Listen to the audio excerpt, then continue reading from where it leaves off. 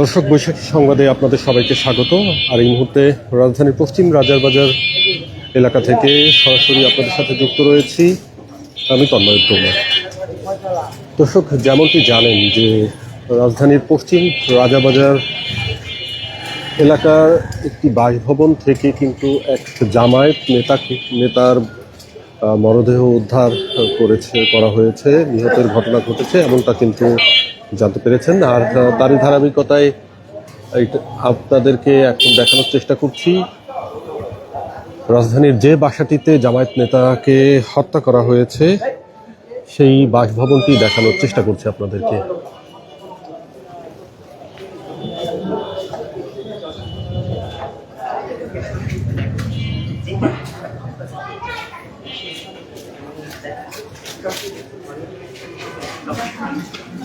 এই মুহূর্তে দেখতে পাচ্ছেন র্যাবের কর্মকর্তারা, তারা কিন্তু সাদা পোশাকে এখানে অবস্থান করেছে।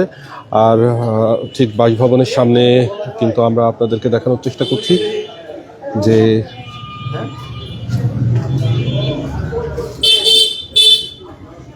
তমা লোটাস নামের যে বাসভবনটি রয়েছে ঠিক সেই বাসভবনেই মূলত তিনি থাকতেন।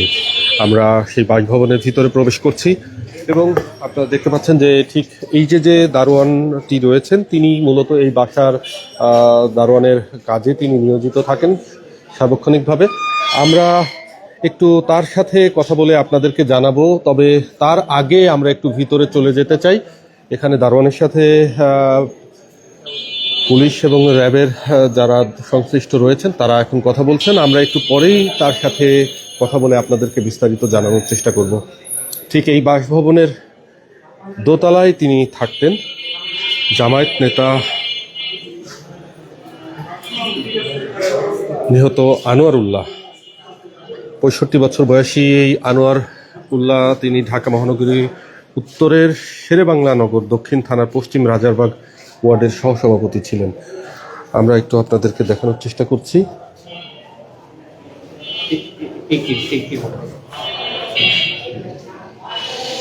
দর্শক, আপনারা দেখতে পাচ্ছিলেন ঠিক এই জায়গাটি দিয়ে এখন এই মুহূর্তে আপনাদেরকে একটু দেখানোর চেষ্টা করছি। এই জায়গাটি যে আপনারা ভিতরে দেখতে পাচ্ছেন সেই ভিতরে কিন্তু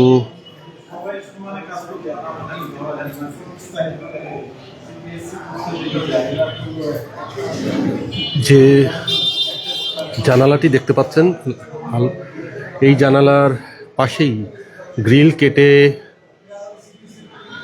তার এই আনোয়ার উল্লাহর যে বাসাটি রয়েছে সেই বাসায় প্রবেশ করে এবং দুজন অজ্ঞাতনামা দুর্বৃত্ত প্রবেশ করেই তার বাসায় ঢুকে আনোয়ার উল্লাহকে কিন্তু হত্যা করেছে, এমনটাই কিন্তু আমরা জানতে পেরেছি। আমরা দেখানোর চেষ্টা করছি। তবে দর্শক, এই মুহূর্তে কিন্তু র্যাবের কোম্পানি কমান্ডার সহ র্যাবের কর্মকর্তারা কিন্তু এই জায়গাটিতে উপস্থিত রয়েছেন এবং তারা ঘটনা কিভাবে ঘটেছে এবং সেই ঘটনার বর্ণনা কিন্তু ঘটনাটা কিভাবে ঘটেছে, কিভাবে সূত্রপাতটা, সেটা কিন্তু তারা চেষ্টা করছে জানার। আমরা উপরে ওঠার চেষ্টা করছি।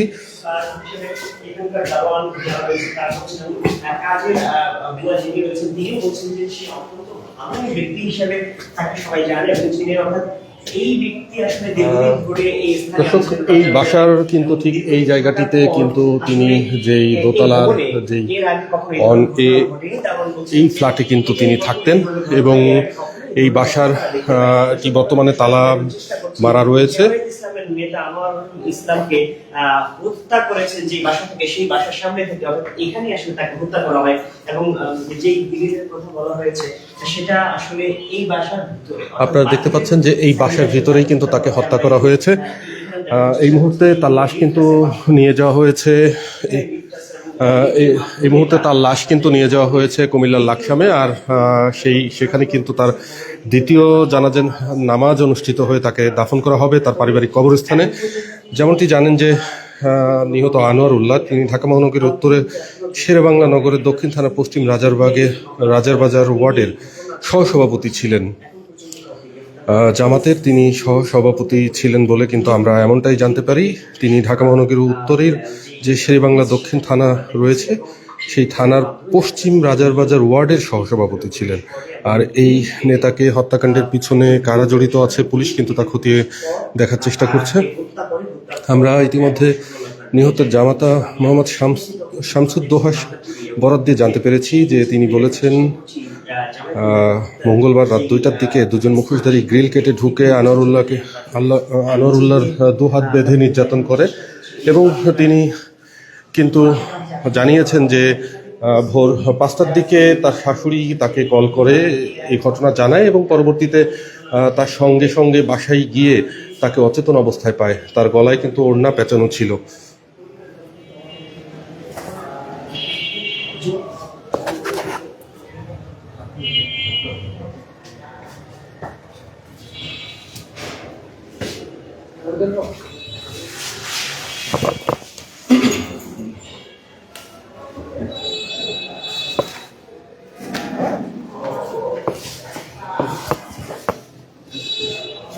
দর্শক, আমরা দেখানোর চেষ্টা করছিলাম এই বাসভবনের এই পশ্চিম রাজারবাজার থানার শেরেবাংলা দক্ষিণ থানার যে পশ্চিম রাজারবাজার যেটি রয়েছে সেই এলাকার এই তমালোটাস বিল্ডিংয়ের ঠিক একটু যদি দেখান যে ঠিক এই ফ্ল্যাটটিতে এই দরজা দিয়েই এই ফ্ল্যাটটিতে প্রবেশ করতে হয়। এই ফ্ল্যাটটিতেই কিন্তু তিনি থাকতেন।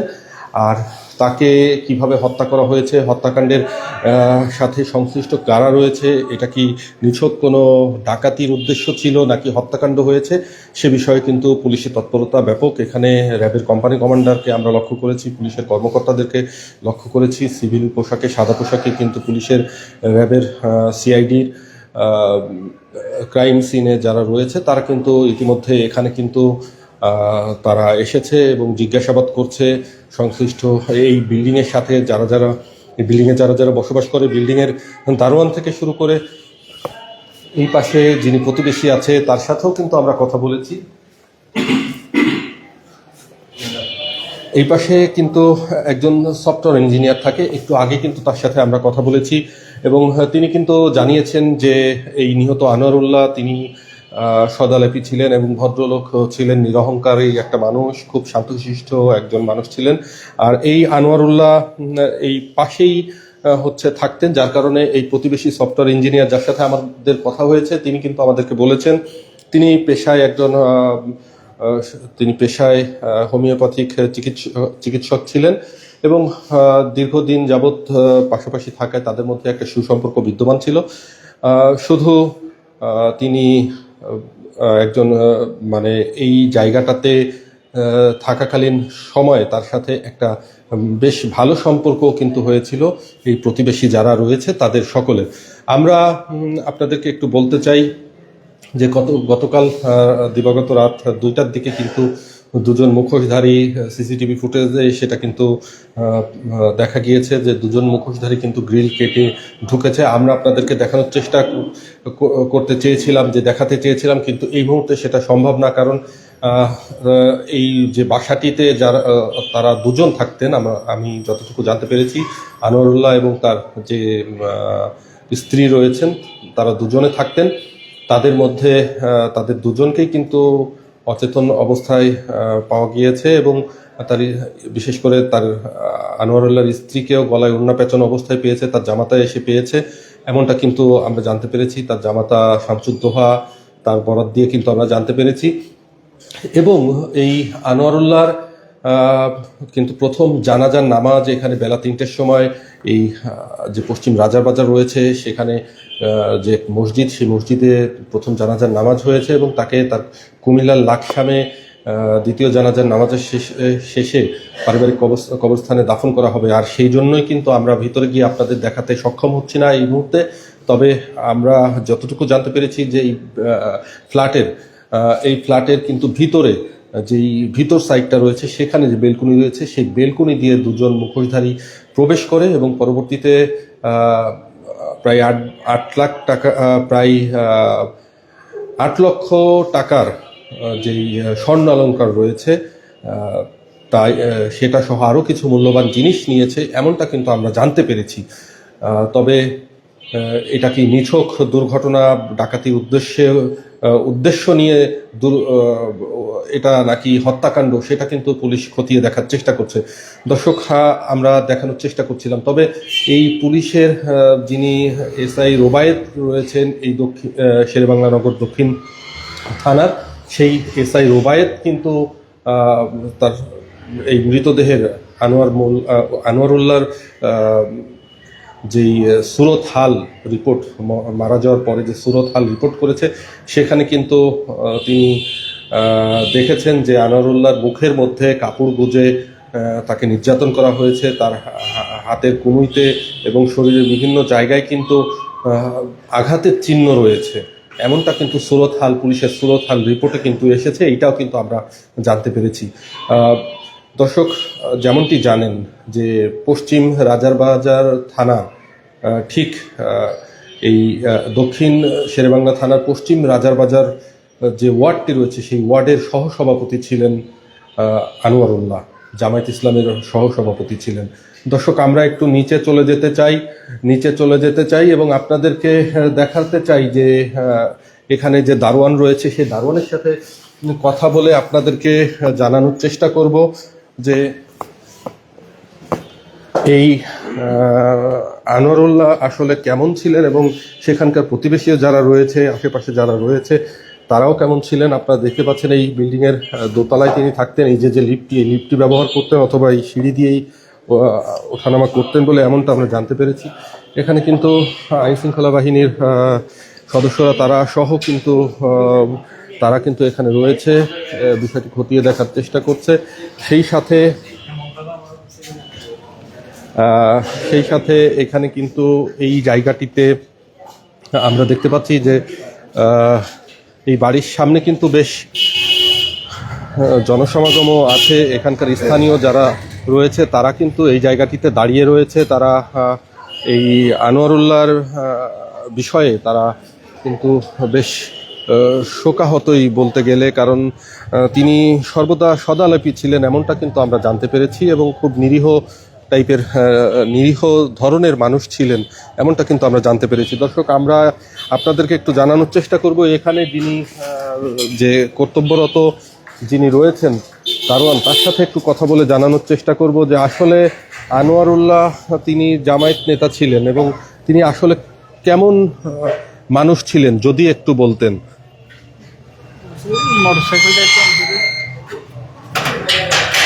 দর্শক, তিনি আমাদেরকে জানাবেন। তিনি একটু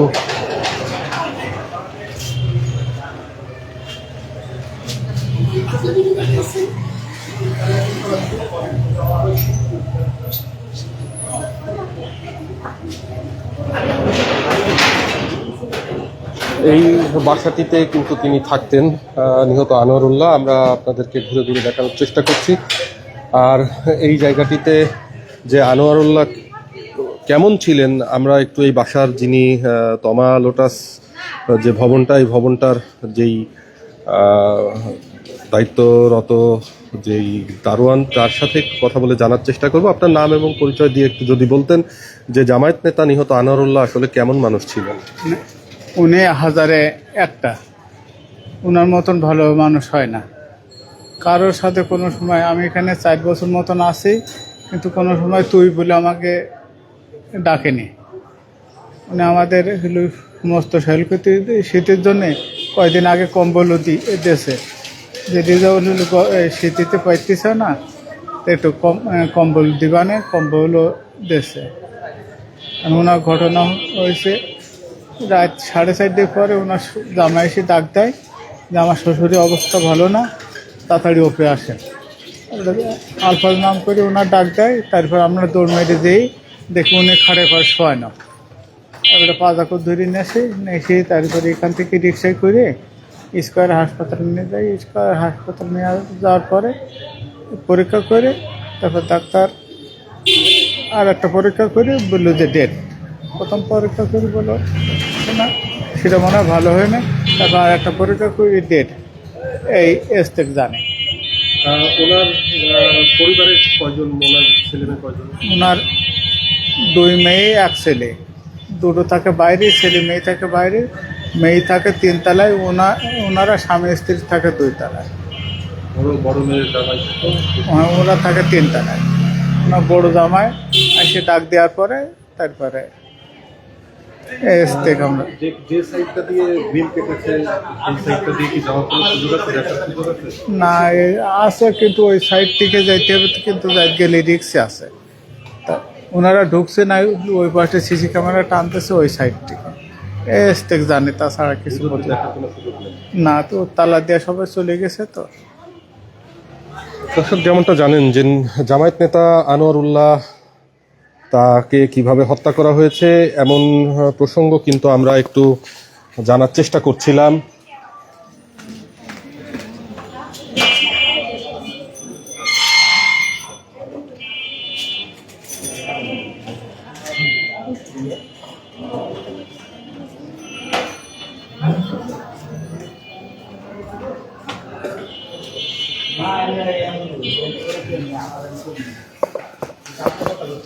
দর্শক, যেমনটি জানেন আমরা কথা বলছিলাম এই বিল্ডিংয়ের তমা লোটাস বিল্ডিং ভবন যেটি রয়েছে তার যে দারোয়ান রয়েছে তার সাথে কথা বলছিলাম, জানানোর চেষ্টা করছিলাম যে জামায়াত নেতা আনোয়ারুল্লাহ তিনি আসলে কেমন মানুষ ছিলেন। জামায়াত নেতা আনোয়ারুল্লাহ তিনি মূলত শেরেবাংলা দক্ষিণ থানার পশ্চিম রাজারবাগ ওয়ার্ডের সহসভাপতি ছিলেন। পেশায় তিনি একজন হোমিওপ্যাথিক চিকিৎসক ছিলেন, তবে তিনি ছিলেন খুব শান্তশিষ্ট এবং সদালাপী একজন মানুষ, যার প্রশংসা কিন্তু এখানে তার যে বাড়িতে দারোয়ান রয়েছে, প্রতিবেশী রয়েছে, তারা কিন্তু করেছে। এবং একই সাথে সবাই কিন্তু শোকে স্তব্ধ। এই যে নিহত হওয়ার যে বিষয়টি, এটা কোনো পরিকল্পিত হত্যাকাণ্ড নাকি এটা ডাকাতি করতে এসে হত্যাকাণ্ডের শিকার, বিষয়টি কিন্তু খতিয়ে দেখছে পুলিশ এবং পুলিশের বিশেষ যে ইউনিট সিআইডি সহ র্যাপিড অ্যাকশন ব্যাটালিয়নের সদস্যরা। একটু আগে কিন্তু দর্শক আপনাদেরকে দেখিয়েছিলাম এখানে র্যাবের কোম্পানি কমান্ডার তিনি কিন্তু ছিলেন। এখনও র্যাবের সদস্যরা, পুলিশের সদস্যরা সাদা পোশাকে চারপাশ ঘুরে দেখছেন। মূলত বিল্ডিংটির ভবনটির ঠিক এই পাশ দিয়ে, যেটি এই মুহূর্তে দেখানো সম্ভব হচ্ছে না, কেননা যে পাশ দিয়ে গ্রিল কেটে মুখোশধারী দুজন ঢুকেছিল, সেই গ্রিল কাটার যে অংশটা, সেটা নিহত আনোয়ারুল্লাহ তাকে তার মরদেহ কিন্তু কুমিল্লার লাকসামে জানাজার জন্য নিয়ে যাওয়ার কারণে কিন্তু তার বাড়িতে কেউ না থাকার জন্য তালা মেরে চলে যাওয়ায় এই মুহূর্তে দেখানো সম্ভব হচ্ছে না। তবে আমরা যতটুকু জানতে পেরেছি যে তার বাসার মধ্যে দিয়েই বেলকুনিতে যেতে হবে এবং সেই বেলকুনির যেই গ্রিল রয়েছে সেই গ্রিল কেটে কিন্তু দুজন মুখোশধারী গতকাল দিবাগত রাত 2টার সময় প্রবেশ করে এবং তাদের হত্যা, বিশেষ করে আনোয়ারুল্লাহকে হত্যা করে, এমনটা কিন্তু আমরা জানতে পেরেছি। এবং আনোয়ারুল্লাহর যে সুরতহাল রিপোর্ট সহ পুলিশের ক্রাইম সিন যারা বিষয়টি খতিয়ে দেখছেন তারা কিন্তু ইতিমধ্যে জানিয়েছেন যে তার মধ্যে কাপড় গুঁজে তাকে নির্যাতন করা হয়েছে এবং তার শরীরে আঘাতের চিহ্ন রয়েছে, এমনটা কিন্তু জানিয়েছেন। দর্শক, এই ছিল আমার কাছে সর্বশেষ। পরবর্তী যে কোনো সংবাদ পেতে সঙ্গেই থাকুন। তন্ময় উদ্দৌলা, বৈশাখী সংবাদ।